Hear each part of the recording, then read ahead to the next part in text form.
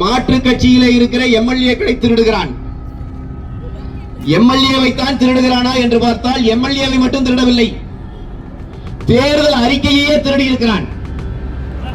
தேர்தலுக்கு முன்னாலேயே தேர்தலிலே வென்று வந்தால் என்ன செய்வோம் என்று கூட சொல்ல தெரியாதவர்கள் அதிமுக காரன் களத்திலே இறங்கி மக்களோடு நின்று மக்கள் பிரச்சனைகளை தேர்தல் அறிக்கையாக கொடுத்தால் அதை அப்படியே காப்பி பேஸ்ட் பண்ணி இங்க போட்டான்.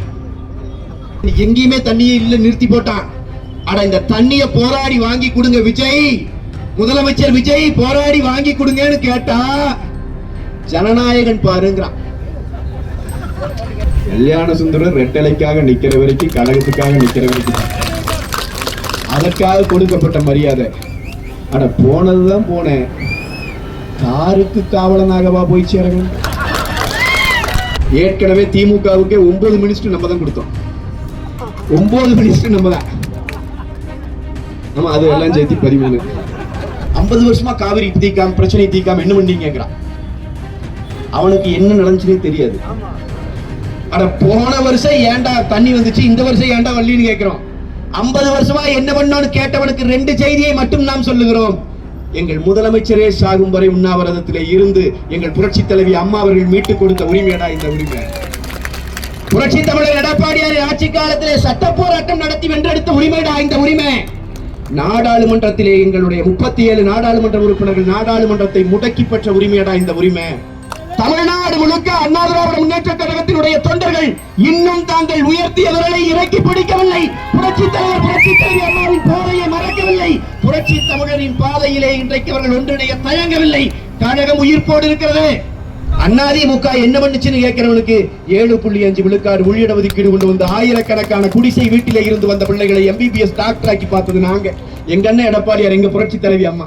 தலைவி அம்மா அவர்களினுடைய நீங்காத நினைவுகளை சுமந்து கழகத்தினுடைய பொதுச் செயலாளர், முன்னாள் முதலமைச்சர், அடித்து சொல்லுவோம் அடுத்த முதலமைச்சர் அண்ணன் எடப்பாடியார் அவர்களினுடைய மேலான ஆணைக்கிணங்க தமிழ்நாட்டிலே இன்றைக்கு நடைபெற்றுக் கொண்டிருக்கின்ற ஒரு ஒப்பனை அரசாங்கம், ஒரு பொய்க்கால் குதிரை அரசாங்கம், விஜய் தலைமையிலே நடந்து கொண்டிருக்கின்ற அந்த அரசாங்கம் இன்றைக்கு விவசாய கடனை தள்ளுபடி செய்கிறேன் என்று சொல்லி பொய் சொல்லி ஏமாற்றி ஆட்சிக்கு வந்து விவசாயிகள் வயிற்றில் அடிப்பதை கண்டித்தும், காவிரியிலே நம்முடைய உரிமைகளை மீட்பதற்கு எவ்வித முயற்சியும் எடுக்காமல் இருப்பதை கண்டித்தும், மேகதாதுவிலே கர்நாடகா அணை கட்ட துடிக்கிறான், அதற்கு துணை போகிற அறிவிலித்தனமான நடவடிக்கையிலே ஈடுபட்டுக் கொண்டிருக்கிற விஜய் அரசாங்கத்தை கண்டித்தும் நாடு முழுவதும் அனைத்திந்திய அண்ணா திராவிட முன்னேற்ற கழகத்தினுடைய தொண்டர்கள் விவசாயிகளை, விவசாய தொழிலாளர்களை, பொதுமக்களை ஒன்றிணைத்து நடத்தி கொண்டிருக்கின்ற இந்த கண்டன ஆர்ப்பாட்டத்தினுடைய அங்கமாக நம்முடைய புதுக்கோட்டை மாவட்டத்தில் இன்று நடைபெற்றுக் கொண்டிருக்கிற இந்த ஆர்ப்பாட்டத்தில் முன்னிலை வகித்துக் கொண்டிருக்கின்ற கழகத்தினுடைய போற்றுதலுக்கும் மரியாதைக்கும் உரிய வடக்கு மாவட்ட கழக செயலாளர், இந்திய தேசிய விவசாய சங்கத்தினுடைய தேசிய செயலாளர் அண்ணன் தனபதி அவர்கள் அனைவருக்கும் என்னுடைய வணக்கத்தை தெரிவித்து, பேரன்பு கொண்ட பெரியோர்களே, இந்த கண்டன ஆர்ப்பாட்டம் இன்றைக்கு தமிழ்நாடு முழுவதும் நடைபெறுகிறது. ஒரு அரசாங்கம் இன்னைக்கு தமிழ்நாட்டில் அமைஞ்சிருக்குது. ஒரு 3 மாசம் ஆச்சு, 100 நாள் தான் நிறைவடைந்திருக்கிறது. 100 நாளைக்குள்ளேயே மாற்று கட்சியிலே இருக்கிற எம்எல்ஏக்களை திருடுகிறான். எம்எல்ஏவை தான் திருடுகிறானா என்று பார்த்தால் எம்எல்ஏவை மட்டும் திருடவில்லை, தேர்தல் அறிக்கையே திருடி இருக்கிறான். தேர்தலுக்கு முன்னாலேயே தேர்தலிலே வென்று வந்தால் என்ன செய்வோம் என்று கூட சொல்ல தெரியாதவர்கள் அதிமுக காரன் களத்திலே இறங்கி மக்களோடு நின்று மக்கள் பிரச்சனைகளை தேர்தல் அறிக்கையாக கொடுத்தால் அதை அப்படியே காப்பி பேஸ்ட் பண்ணி இங்க போட்டான். என்ன விஜய் நினைச்சது என்னன்னா, என்ன ஆட்சிக்கா வர போறோம், 2 தொகுதி 3 தொகுதி ஜெயிச்சாலே பெரிய விஷயம், வாய்ப்பு இல்லைன்னு தான் சத்தியமா நினைச்சாரு. அவரு கெட்ட நேரம் ஆட்சிக்கு வந்துட்டார்.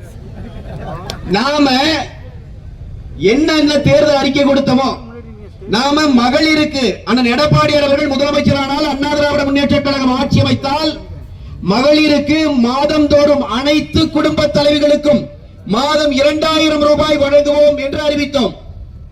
இவன் பார்த்தான் தேர்தல் அறிக்கை, அதிமுக இப்படி சொல்லி இருக்கிறதா, நாங்கள் வந்தால் 2500 வழங்குவோம்.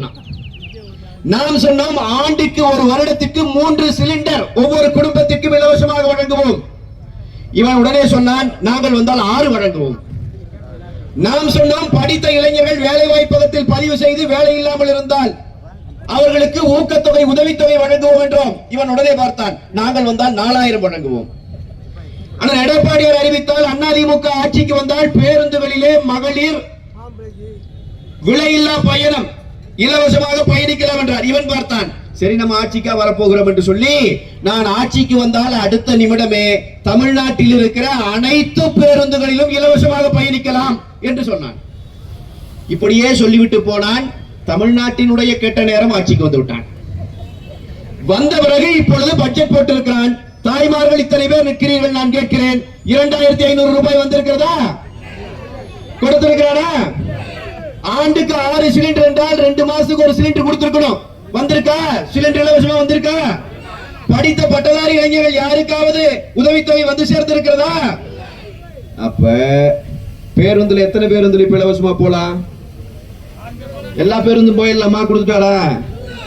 அப்ப இப்படி சாதாரண மக்களை, ஏழை மக்களை, படிப்பறிவு இல்லாமல் கூட இருக்கிற மக்களை, விஜய் அழகா இருக்காரே இந்த மனுஷன் வந்தா நல்லது பண்ணிடுவாரோன்னு நினைச்சு ஓட்டு போட்ட இந்த மக்களை வந்த 100 நாளிலேயே இந்த அரசு வஞ்சிக்கிறது.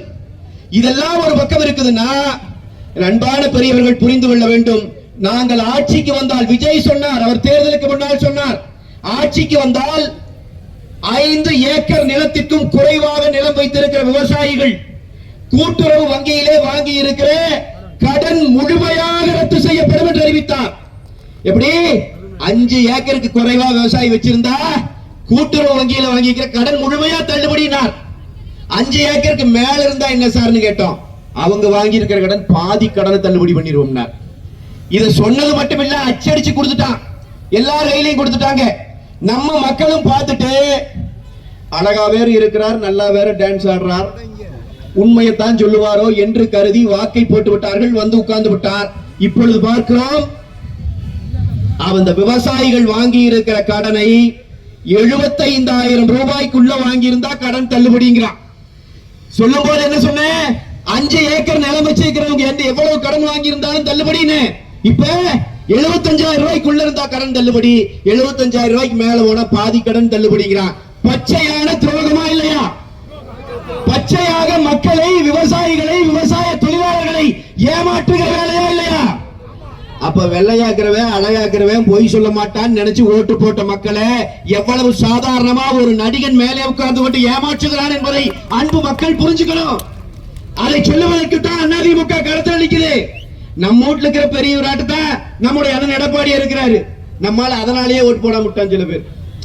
பாக்குற நம்ம வீட்டு மாதிரியே இருக்கிறாருங்க, நம்ம ஐயா மாதிரியே இருக்கிறாரு, அவருக்கு இவரு பார்த்தா அழகா இருக்கிறாரு, வெள்ளை வெளியேன்னு இருக்கிறாரு, நடிகராக்கிறாருன்னு போட்டா, நான் இப்பொழுது சொல்லுகிறேன், அண்ணன் எடப்பாடியார் அவர்களும் புரட்சி தலைவி அம்மா அவர்களும் முதலமைச்சராக இருக்கிற போது எனக்கு முன்னாடி அண்ணன் குறிப்பிட்டு சொன்னதை போல 17,000 கோடி விவசாய கடனை தள்ளுபடி செய்த இயக்கம் அனைத்து இந்திய அண்ணா திராவிட முன்னேற்ற கழகம்.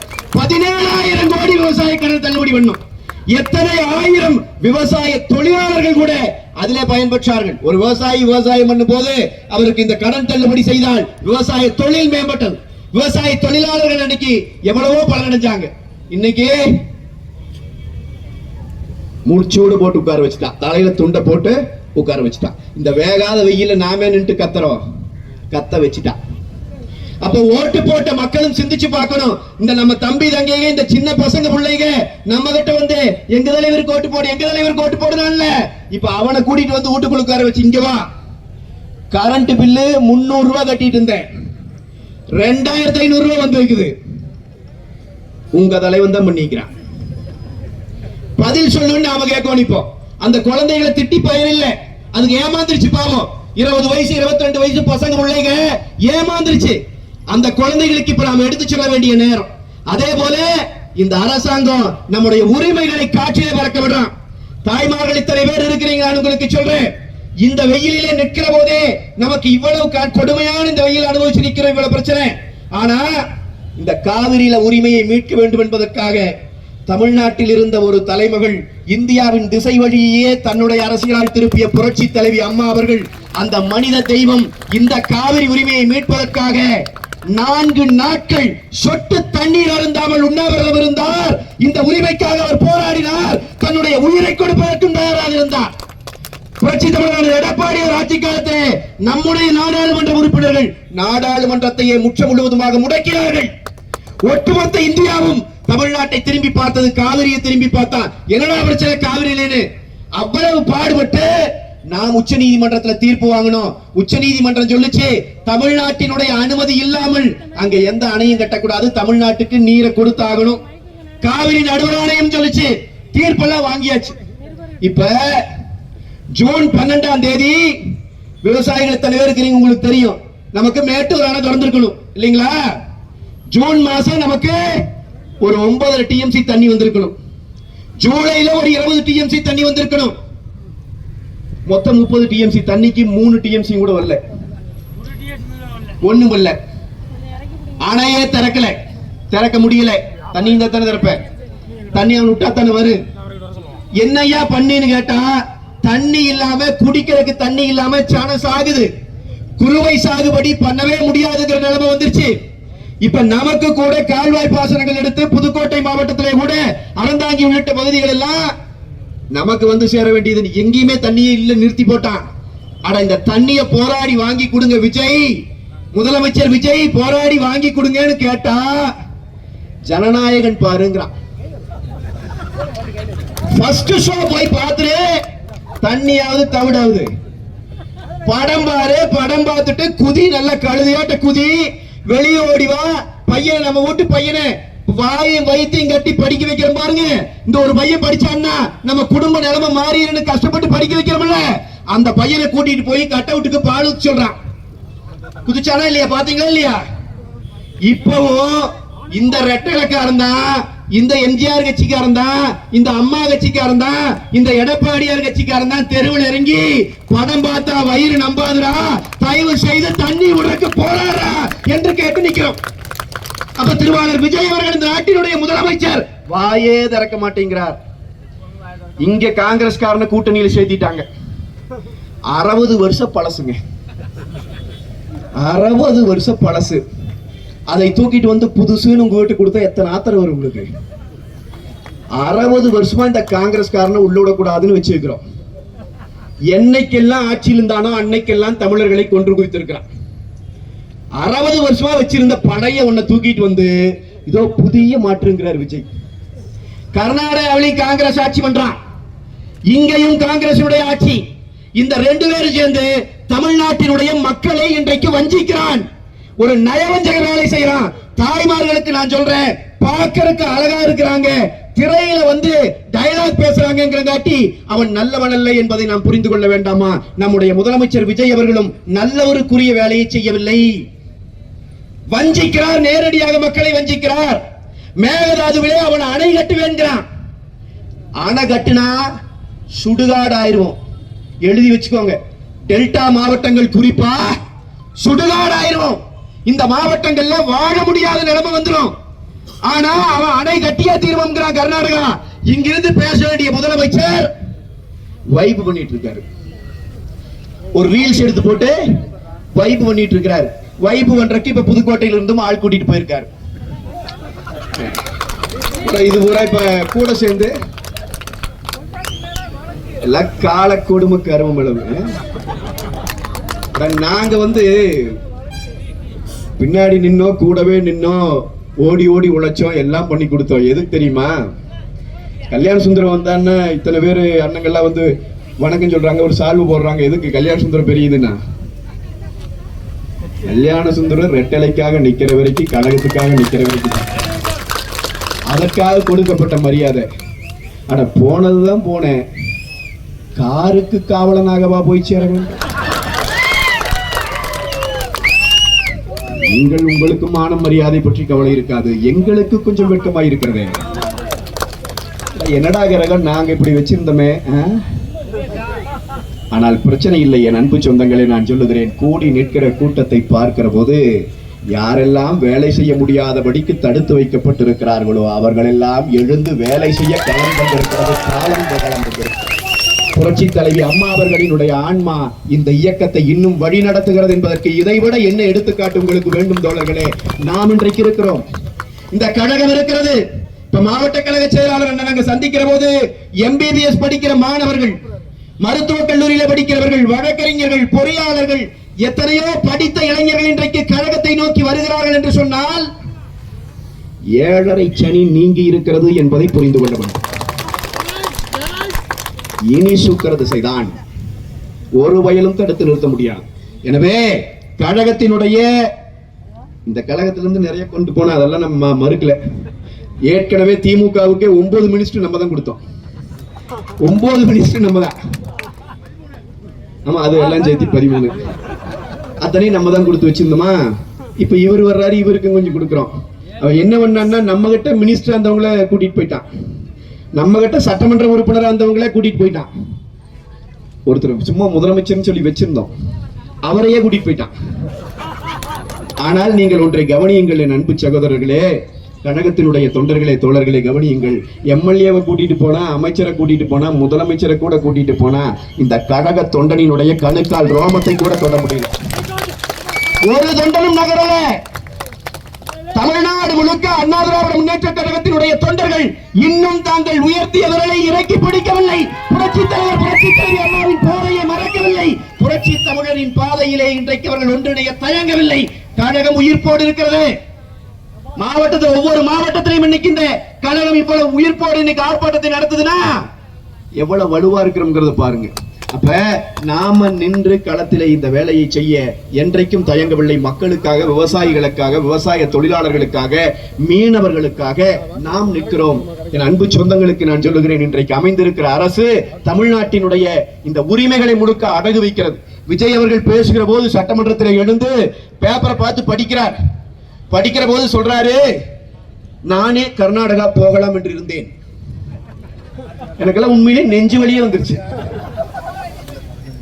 இங்க நீங்க ஒண்ணு வேண்டாங்க, நம்ம சும்மா சாதாரணமா விவசாய தொழிலாளர்கள் நிலத்துக்கு போய் களை எடுத்துட்டு பாங்க பாருங்க. அவியில் ஒருத்தர் கூப்பிட்டு கேட்டாலே அவி சொல்லிடுவாங்க, காவிரியில் என்ன பிரச்சனை, எத்தனை நாள் ஓடிட்டு இருக்குதுன்னு. ஒரு நாட்டின் முதலமைச்சர் போகலாம் என்று நினைத்தேன், ஏன் போகல, அவர் வர வேண்டாம் என்று சொல்லிவிட்டார். ஐயோ அந்தவா, விஜயபாஸ்கர் சரியான இடத்துக்கு தான் போயிருக்கிறார். மானம் மரியாதை இருக்கிறவனோடு அவரால் புழங்க முடியாது. சரியாகத்தான் போயிருக்கிறார், தவறில்லை. அவருக்கு நம் வாழ்த்துக்களை தெரிவித்துக் கொள்கிறோம். நான் கேட்கிறேன், ஏற்கனவே பேசி இது என்ன சொல்றாங்கம்மா, காப்பி அடிக்கிறதுன்னு ஒண்ணு இருக்குதுங்க. காப்பி அடிக்கிறது எப்படி காப்பி அடிக்கிறது? உன்னை பார்த்து அப்படியே அடிக்கிறது. ஈ அடிச்சாங்க காப்பிம்பாங்க. காப்பி அடிச்சு எழுதிட்டு இருந்தான பையன் பக்கத்துல இருக்கிறவனை பார்த்து, அவன் பேப்பர்ல ஒரு ஈ உட்கார்ந்து இருக்குது, அந்த எழுதிட்டு இருக்கிறவன் ஈ அடிச்சுக்கிறான். இவன் ஈய தேடி புடிச்சு ஈய வச்சு அடிச்சுட்டு அப்புறம் எழுதுனானா, அதான் ஈ அடிச்சாங்க காப்பி. அப்படியே அடிக்கிறது. இப்ப இவன் நம்ம கிட்ட என்னங்கிறான், புரட்சி தலைவர் அவர்கள் கர்நாடகா போய் பேசவில்லையா? இந்த புரட்சி தலைவர் கூட ஒப்பிடுற ஆளாயா நீங்க? அவர் தலைவரியா? புரட்சி தலைவர் போனார், பேசினார், காவிரியிலே உரிமை பெற்று கொண்டு வந்தார், உண்மை சத்தியம். ஆனால் அதற்கு பிறகு பிரச்சனையாகி எத்தனையோ பிரச்சனைகள் நடந்து பங்காரப்பா முதலமைச்சராக இருக்கிற போது தமிழர்கள் அடித்து விரட்டப்பட்டு எல்லா பிரச்சனையும் வந்து அம்மா உண்ணாவிரதம் இருந்து நாம் நாடாளுமன்றத்தையே புறக்கணித்து நடுவர் மன்றம் அமைச்சு இன்னைக்கு தீர்ப்பு கொடுத்தாச்சு. தாய்மார்க்கு தலைவர் இருக்கிறீங்க, ரொம்ப சாதாரணமா புரியுற மாதிரி சொல்றேன். உங்களுக்கும் எனக்கும் ஒரு பஞ்சாயத்து இடத்தகராறு. நாம 2 பேர் பேசி பேசி தீர்த்துட்டு இருந்தோம். ஒரு கட்டத்துல பேச முடியல, கோர்ட்டுக்கு போயிட்டோம். கோர்ட்டுக்கு போய் கோர்ட் விசாரிச்சுட்டு கோர்ட் சொல்லிருச்சு, சார் நீங்க சொல்றதான் சரின்றுச்சு, என்னைய உங்களுக்கு தான் ஆதரவா தீர்ப்புன்றுச்சு. இப்ப வந்தாச்சு. நம்ம வந்த பிறகு நீங்க என்னை கூப்பிடுறீங்க, வா பேசி தீர்த்துக்கலாம். போவீங்களா? போனா நான் பைத்தியக்காரன் இல்லையா? போன நானே பைத்தியக்காரன்னா போக துடிக்கிற முதலமைச்சரை நாம் என்னவென்று சொல்வது? முடிந்து விட்டது. ஏற்கனவே தீர்ப்பு இருக்கிறது.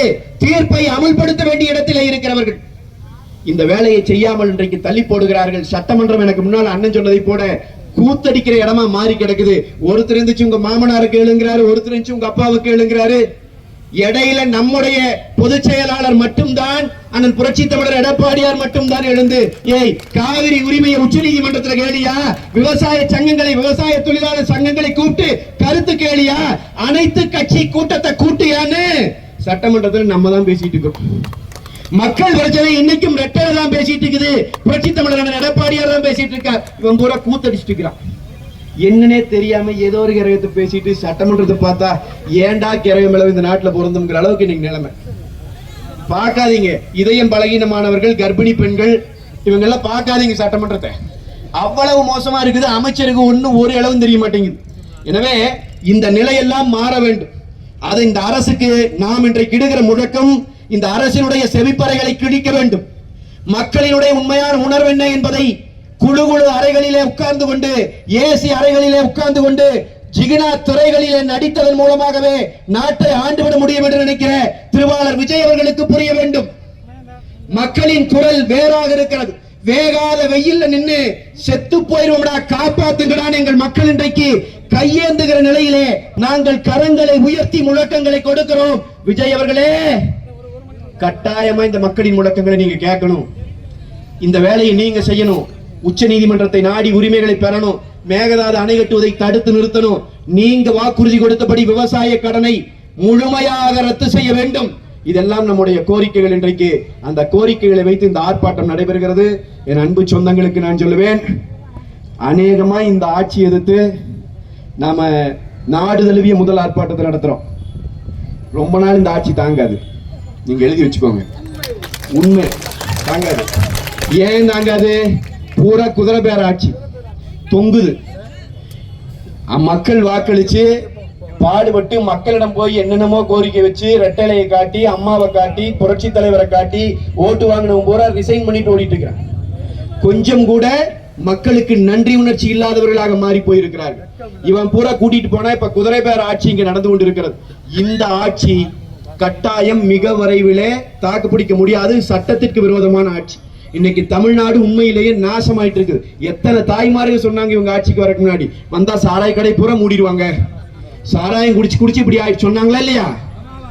நீங்க மூடிக்கிற வந்தோன்னு சொன்னாரு 700 சாராய கடை மூடுறோம்னு. மூடின கடை பட்டியல் கேட்டுக்கிற 3 மாசமா கேட்கற தர மாட்டேங்கிறான். மூடிட்டான்னு எங்கெல்லாம் மூடுனானா அங்கெல்லாம் FL2 திறந்து வச்சிருக்கிறான். இப்ப இனிமேல் கடைக்கு போய் வாங்க வேண்டாம், ஆன்லைன் பர்ச்சேஸ் பண்ணிக்கலாம்ங்கிறான் சாராயத்தை. எப்படி புரட்சிகரமான திட்டம், தளபதி கொடுத்திருக்கிற திட்டம். ஆன்லைன் பர்ச்சேஸ், சாராயம் வாங்கி குடி. 18 வயசு 15 வயசு பையன் இருந்தாலும் குடி. பச்சை ஏமாற்று வேலை இல்லையா? பச்சையாக இந்த மக்களை கூறு போடுகிற வேலை இல்லையா? இந்த நாட்டினுடைய உரிமைகளை காவு கொடுக்கிற வேலை இல்லையா? என் அன்பு மக்கள் சிந்திச்சு பார்க்கணும். இதுல ஏதாவது கேட்டோம்னா, திமுக காரதான் கேட்டா முதலமைச்சர் இருந்துச்சு பேப்பர் படிச்சா தெரியுங்கிறாரு. இப்ப நாமெல்லாம் அதை பார்த்தே இல்ல. நாம பேப்பர் எங்க பார்த்து ஆறு பார்த்தோம் பேப்பர் பாவம். முதலமைச்சர் தினமும் பேப்பர் படிச்சு தான் வளர்ந்திருக்காரு. 30 வருஷம் 40 வருஷமா கட்டாய பேப்பர் படிக்கிறாரு. யாருக்கு யார் அறிவுரை சொல்றது? புதுக்கோட்டையில சாதாரண ஒரு நகரத்துக்குள்ள, ஒரு கிராமத்துக்குள்ள காலையில டீ கடையில் உட்கார்ந்து டீ குடிச்சிட்டு இருக்கிற பெரியவர் கூட வந்து பேசினா அவருக்கு தெரிகிற அரசியல்ல அரை விழுக்காடு கூட விஜய்க்கு அரசியல் தெரியாது. இதுதான் சத்தியம். தமிழ்நாட்டின் அரசியல் அறிவு அவ்வளவு. இன்னைக்கு சின்ன பசங்க பிள்ளைகளை வச்சு ஏமாத்தி போட்டான். அதனால இந்த அரசாங்கம் மண்ணோடு மண்ணாக ஒழிந்து போகும். இது மக்களுக்கு எதிரான அரசாங்கம், இது நீதிக்கு எதிரான அரசாங்கம், இது இந்திய சட்டத்திற்கு எதிரான அரசாங்கம். நான் சொல்லுகிறேன், இந்த பசங்க நம்மளை பார்த்து கேட்கிற அதை மட்டும் நான் உங்களுக்கு சொல்லிட்டு நிறைவு செய்வேன் உரைய. இந்த பசங்க நம்மளை பார்த்து 50 வருஷமா காவிரி தீக்காம பிரச்சனை தீக்காம என்ன பண்ணீங்கிறான்.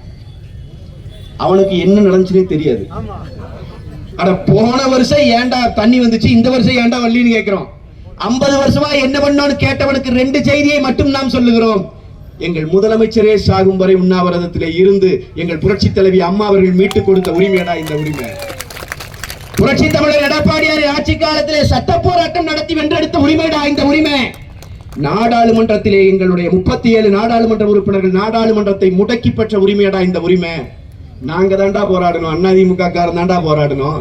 அதிமுக என்ன செஞ்சது? 17,000 கோடி விவசாய கடனை தள்ளுபடி செஞ்சது. அதிமுக என்ன செஞ்சது? அண்ணன் எடப்பாடியார் ஆட்சி காலத்திலே மட்டும் 33 கூட்டு குடிநீர் திட்டங்களை தமிழ்நாட்டிலே கொடுத்தது. அதிமுக என்ன செய்தது? அதிமுக தான் எடப்பாடியார் ஆட்சி காலத்திலே மட்டும் இந்திய வரலாற்றில் எந்த முதலமைச்சரும் செய்யாத சாதனையாக ஒரே ஆட்சி காலத்தில் 11 மெடிக்கல் காலேஜ் தமிழ்நாட்டுக்கு கொண்டு வந்துச்சு. 68 ஆர்ட்ஸ் அண்ட் சயின்ஸ் காலேஜ் கொண்டு வந்துச்சு. அதிமுக தான், நாம தான் கொண்டு வந்தோம். 7 லா காலேஜ் கொண்டு வந்த, 5 வேளாண் கல்லூரி கொண்டு வந்த, 4 கால்நடை வளர்ப்பு கல்லூரி கொண்டு வந்த, அத்தனை நம்ம ஆட்சிக்காரம். அதிமுக என்ன பண்ணுச்சுன்னு கேட்கிறவனுக்கு 7.5 விழுக்காடு உள்ளிட ஒதுக்கீடு கொண்டு வந்து ஆயிரக்கணக்கான குடிசை வீட்டிலே இருந்து வந்த பிள்ளைகளை MBBS டாக்டர் ஆக்கி பார்த்தது நாங்க. எங்க அண்ணன் எடப்பாடியார், எங்க புரட்சி தலைவி அம்மா. அப்ப நாம தான் இத்தனையும் செஞ்சிருக்கிறோம். இவன் நம்மளை பார்த்து கேட்கிறான். நான் எனக்கே வருத்தமுக்கு இப்ப நானே ஒரு சொல்லியிருந்தேன். அண்ணன் 11 மெடிக்கல் காலேஜ் கட்டினதுக்கு பதிலா ஒரு 100 சினிமா தியேட்டர் கட்டி இருந்தாருன்னா நிரந்தர முதலமைச்சர் வந்திருக்கலாம் இல்லைங்களா? ஆனால் அதற்காக அந்த ஈனத்தனத்தை நாம் செய்ய முடியுமா? வெற்றியோ தோல்வியோ, மக்களுக்கு எது தேவையோ அதை தேடி தேடி செய்த இயக்கத்தினுடைய பிள்ளைகளே, நாம் எந்த இடத்திலும் சோர்வடைய வேண்டியதில்லை. இளைஞர் கூட்டம் அண்ணா திராவிட முன்னேற்ற கழகத்திலே வலுவாக இருக்கிறது, இன்னும் வந்து கொண்டே இருக்கிறது. அனுபவம் மிக்க எங்களுடைய முன்னோர்கள் எங்களை சரியாக வழி நடத்துகிறார்கள். கழகம் ரொம்ப வலுவா இருக்கு, நம்ம கூட்டணியும் வலுவா இருக்கு. நாளைக்கு காலையில தேர்தல் வந்தாலும் விராலி மலையில போட்டு பார்த்துக்கலாம், என்னத்த போயா இருக்கு. நாம தான் விழுது. ஓடி போனவர்களுக்கு வாக்களிக்கிற மனநிலையிலே மக்கள் இல்லை. இன்னொன்னு, அந்த தேர்தலை பர்வேஸே பார்த்துக்குவாரு. ஏன்னா அவருக்கு தெரியும்ல, இப்ப அண்ணன்ல இத்தனை வருஷம் கழகத்தில் இருக்கிறவங்க, மாவட்ட செயலாளர்கள், நம்ம முன்னாள் அமைச்சர்கள் எல்லாம் தோளோடு தோல் போட்டு கை போட்டு அப்படிங்கன்னா இப்படிங்கன்னா கொலவிட்டு இருந்தவங்களுக்கே இந்த நிலைமை பண்ணி விட்டு போய்க்கிறான்னா, அப்புறம் பர்வேஸுங்க அப்பா ஞாபகம் இல்ல, பர்வேஸுக்கு வரும்ல. அதனால நீங்க ஒண்ணும் கவலைப்பட வேண்டியதில்லை. இது தானா கொல்லிக்கடை எடுத்து தனக்கே சொரிஞ்சுக்கிட்ட கேஸ். நம்ம ஒண்ணும் கவலைப்பட வேண்டியதில்லை.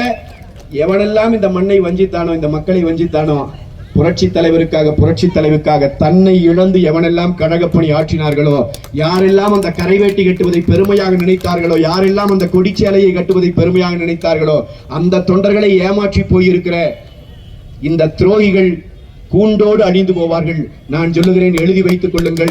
நாம் இந்த கண்டன முழக்கத்தை எழுப்புவோம். தமிழ்நாடு சட்டமன்றத்தில் முதலமைச்சரின் செவிப்பறைகளில் இது விழட்டும். புதிய மாற்றம் வரட்டும், விவசாயிகள் காப்பாற்றப்படட்டும். அதற்காக கழகம் நிற்கிறது என்கிற உறுதியோடு நீங்களும் களத்திலே நில்லுங்கள். உறுதியா வெற்றி பெறுவோம். டிவியில் உட்காந்து சாயந்தரம் ஏதோ பேசிட்டு இருப்பா, நானும் தான், நம்பிடாதீங்க. அதிமுக இருக்காமா, அதிமுக இருக்கான்னு இங்க வந்து பாருன்னு சொல்லுங்க. டிவியில் இருக்கா, டிவியில் இல்லையாங்கிறது எல்லாம் பிரச்சனை, அதெல்லாம் பிரச்சனை. களத்துல இருக்கிறது யாருங்கிறது பார்க்கணும். களத்துல அதிமுக வலுவாக நிற்கிறது. திமுக கதவை திறந்து விட்டா திரும்பி பார்த்தா கூட்டணி கட்சி ஒருத்தனையும் காணும், ஒரு ஆளை கூட காணும். நமக்கு அந்த நிலைமை இல்ல. நாம் வலுவோம் இன்றைக்கு இருக்கிறோம். நாம் களத்திலே திட்டங்களை நிறைவேற்றி இருக்கிறோம். இங்கே கூட காவிரி வைகை குண்டாறு திட்டத்திற்கு நாம் தான் முன்னெடுப்பை செய்தோம். புரட்சி தமிழர் எடப்பாடியார் ஆட்சியில் திட்டம் வந்துச்சுன்னா புதுக்கோட்டை எவ்வளவு பலனடையும் என்பதை அன்பான மக்கள் யோசிச்சு பார்க்கணும். அப்ப இத்தனையும் நாம் தான் செஞ்சோம். நடந்தாய் வாழி காவிரி நாம தான் கொண்டு வந்தோம், எல்லாம் பண்ணோம். சரி, நம்ம பிள்ளைகளுக்கு சொல்லுவோம், தெரியாம இந்த முறை வாக்களித்து விட்ட நம்ம வீட்டுல இருக்கிற தம்பி தங்கைகள் யாராவது இருந்தாங்கன்னா அவங்களுக்கும் சொல்லுங்க, அவங்கள திட்டாதீங்க, பாவம் அந்த குழந்தைகள் ஏமாந்து போச்சு. இப்பதான் ஒன்னொன்னா ரீல்ஸ் போடுது. அதனால அந்த குழந்தைகள் எல்லாம் ஏத்துக்கிட்டு சரியான பாதையிலே, புரட்சி தலைவரின் பாதையிலே, புரட்சி தலைவி அம்மா அவர்களினுடைய பாதையிலே, அண்ணன் எடப்பாடியாருக்கு அவர் தலைமையிலே நாம் அணிவகுப்பதற்கு நாம் அணியமாவோம். ஒரு வரியோடு முடிக்கிறேன். புரட்சி தலைவர் நமக்கு சொல்லிவிட்டு போயிருக்கிறார், தொண்டர்களே தோழர்களே, நெஞ்சுறுதியோடு இருங்கள். இதய தெய்வம் நமது அண்ணா தோன்றினார், இதய தெய்வம் நமது அண்ணா தோன்றினார். அவர் என்றும் வாழும் கொள்கை தீபம் ஏற்றினார். அந்த ஒளி காணலாம், சொன்ன வழி போகலாம், நாளை வரலாறு நமக்காக உருவாகலாம். அண்ணா திராவிட முன்னேற்ற கழகத்தின் தொண்டர்களே, நான் சொல்லுகிறேன், ஒவ்வொரு கழக தொண்டனுக்கும் கழகம் வெற்றி வாய்ப்பை இழந்த போது விட்டு விட்டு ஓடி போன கோழை அல்ல நான். என் கழகம் வெற்றி பெற களத்திலே போராடி என்கிற வரலாறு உருவாகும் நம்பிக்கையோடு களம் அமைப்போம். இந்த கண்டன முழக்கங்களை எழுப்பி இந்த அரசுக்கு நம்முடைய தீராத வழியாக தொடங்குகிற பிரச்சனையை இந்த அரசின் பார்வைக்கு கொண்டு செல்வோம் என்று சொல்லி இந்த கண்டன உரையை நிறைவு செய்கிறேன். வணக்கம். கண்டன ஆர்ப்பாட்ட கோஷங்கள்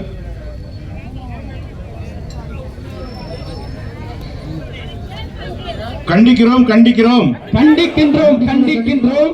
தாவேக அரசை கண்டிக்கின்றோம். தாவேக அரசை கண்டிக்கின்றோம். குதிரை பேர அரசாங்கத்தை கண்டிக்கின்றோம். குதிரை பேர அரசாங்கத்தை கண்டிக்கின்றோம். கண்டிக்கின்றோம் கண்டிக்கின்றோம். கண்டிக்கின்றோம் கண்டிக்கின்றோம். தாவேக அரசை கண்டிக்கின்றோம். தாவேக அரசை கண்டிக்கின்றோம். குதிரை பேர அரசை கண்டிக்கின்றோம். குதிரை பேர அரசாங்கத்தை கண்டிக்கின்றோம். கண்டிக்கின்றோம் கண்டிக்கின்றோம். கண்டிக்கின்றோம் கண்டிக்கின்றோம்.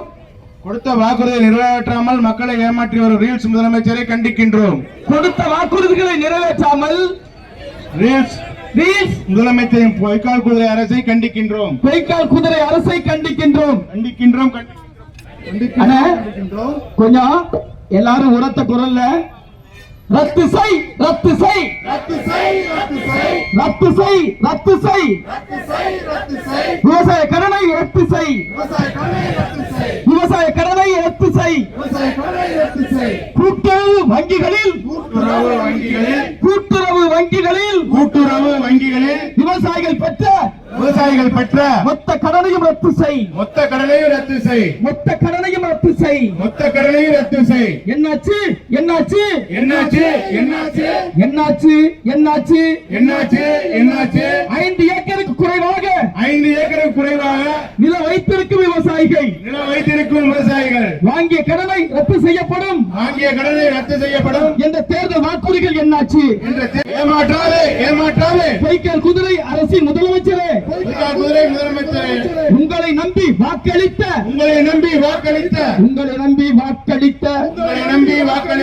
மக்களை ஏமாற்றாதே ஏமாற்றாதே ஏமாற்றாதே ஏமாற்றாதே. எத்தனை நடிப்பு எத்தனை நடிப்பு எத்தனை நடிப்பு எத்தனை நடிப்பு. தேர்தல் நேரத்தில் மேடை ஏறி எத்தனை நடிப்பு எத்தனை நடிப்பு. ரீல்ஸ் போட்டு வாக்குறுதிகளை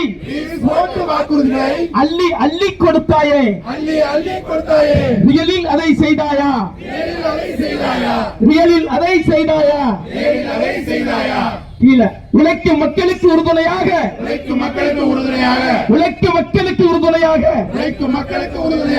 என்றும் நாங்கள் இருந்திடுவோம் என்றும் நாங்கள் இருந்திடுவோம். புரட்சி தலைவர் புரட்சி விவசாய கடன் தள்ளுபடி செய்யப்பட்டது. தெரிகிறதா தெரிகிறதா தெரிகிறதா தெரிகிறதா.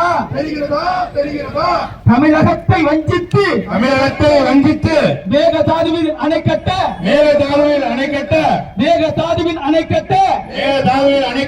கர்நாடக அரசு எடுத்து வரும் நடவடிக்கை தெரிகிறதா புரிகிறதா? தாவேக அரசே புரிகிறதா? மாவட்டங்கள் பாலைவனமாகும். ஒப்பனை முதலமைச்சர் புரிகிறதா? முதலமைச்சரே புரிகிறதா? கடைசி வாழ்க வாழ்க வாழ்கவே வாழ்க வாழ்க வாழ்கவே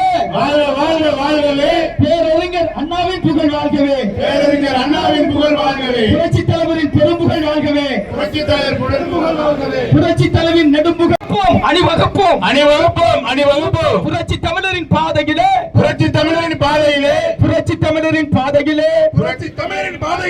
அணிவகுப்போம் கழக தொண்டர்கள் அனைவரும் அணிவகுப்போம் அரணாய் நிற்போம் தமிழர்களின் உரிமைகளை முன்னேற்ற கழகம் என்றும் நிற்கும்.